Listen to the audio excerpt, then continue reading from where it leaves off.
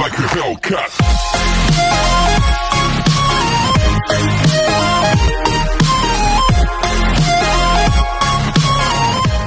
Another story I heard about myself. This one happened in high school.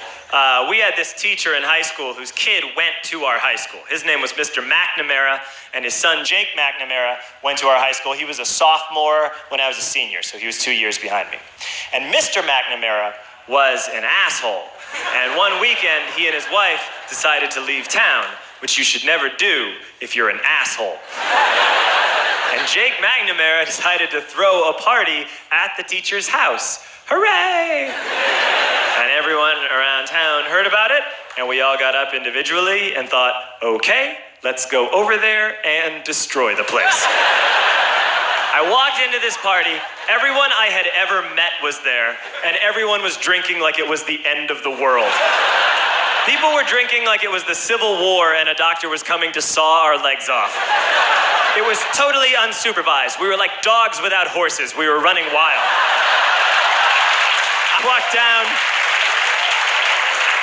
I walked down to the basement. They had a pool table in the basement. One dude took a running start and threw his body onto the pool table and broke it in half. Another kid found out which room was Mr. McNamara's and went upstairs and took a shit on his computer. So the party was going great. I'm standing in the basement and I'm holding a red cup. You've seen movies. And I'm standing there and I'm holding a red cup and I'm starting to black out. And I guess someone said like, something police. And in a brilliant moment of word association, I yelled, fuck the police! Fuck the police! And everyone else joined in. 100 drunk white children yelling, fuck the police. With the confidence of guys who have like already been to jail and aren't afraid of it anymore. You know, that like, I serve my nickel, you come and take me confidence. But white children. The reason someone had said something police was because the police were there. So a Chicago police officer walked down the stairs and got to the bottom in the basement and looked out over a sea of drunk toddlers yelling, fuck the police, in his face. And he was almost impressed. He was like, wow. And then he leaned into his walkie-talkie and went, get the paddy wagon.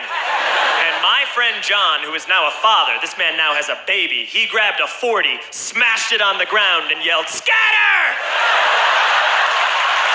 And everyone ran in a different direction. We all ran in different directions. It was like that scene in Ratatouille when the humans come in the kitchen and all the rats go in different ways. We all ran in different directions. I ran into the laundry room and I jumped up on the washing machine and I crawled out through a window into the backyard, and now I'm running through the backyard and there was this big chain link fence and I thought, I've never climbed a fence that high before. And then I woke up at home.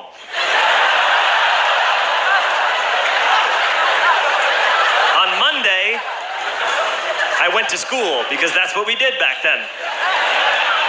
And I'm walking into the school building, and who do I see but Jake McNamara? And he says to me, hey, were you at my party on Saturday? And I said, no, you know, like a liar. And he said, things got really out of hand. Someone broke the pool table. Someone took a shit on my dad's computer. But the worst thing, he says, the worst thing is that someone stole these old antique photos of my grandmother, and my parents are freaking out about it. And I had that thought that only blackout drunks and Steve Urkel can have.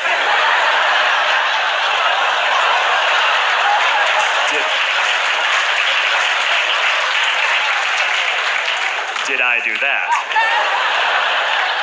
I figured, no, I wouldn't have done that. But I was never sure until 2 years later. Relax. I'm playing video games with this kid named Alex that we also went to high school with. 2 years later, we've graduated by now. We're playing video games for a couple hours. And then Alex says to me, hey, come here, I want to show you something. And he takes me into his bedroom. And then he takes me into a side room off of his bedroom. Never a good thing to have. He shows me A tiny room that is covered wall to wall in stolen antique photos from different people's parties over the years.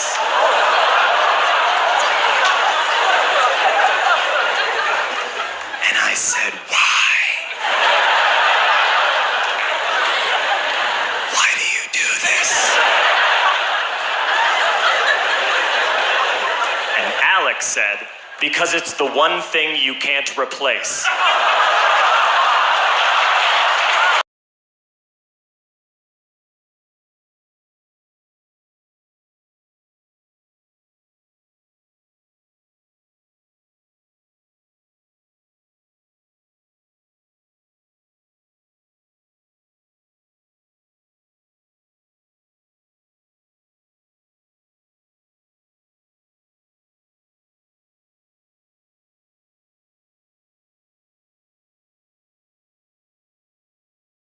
I was hanging with you, and then I realized I didn't think it was true. I was surprised when I found out I'd fallen for you.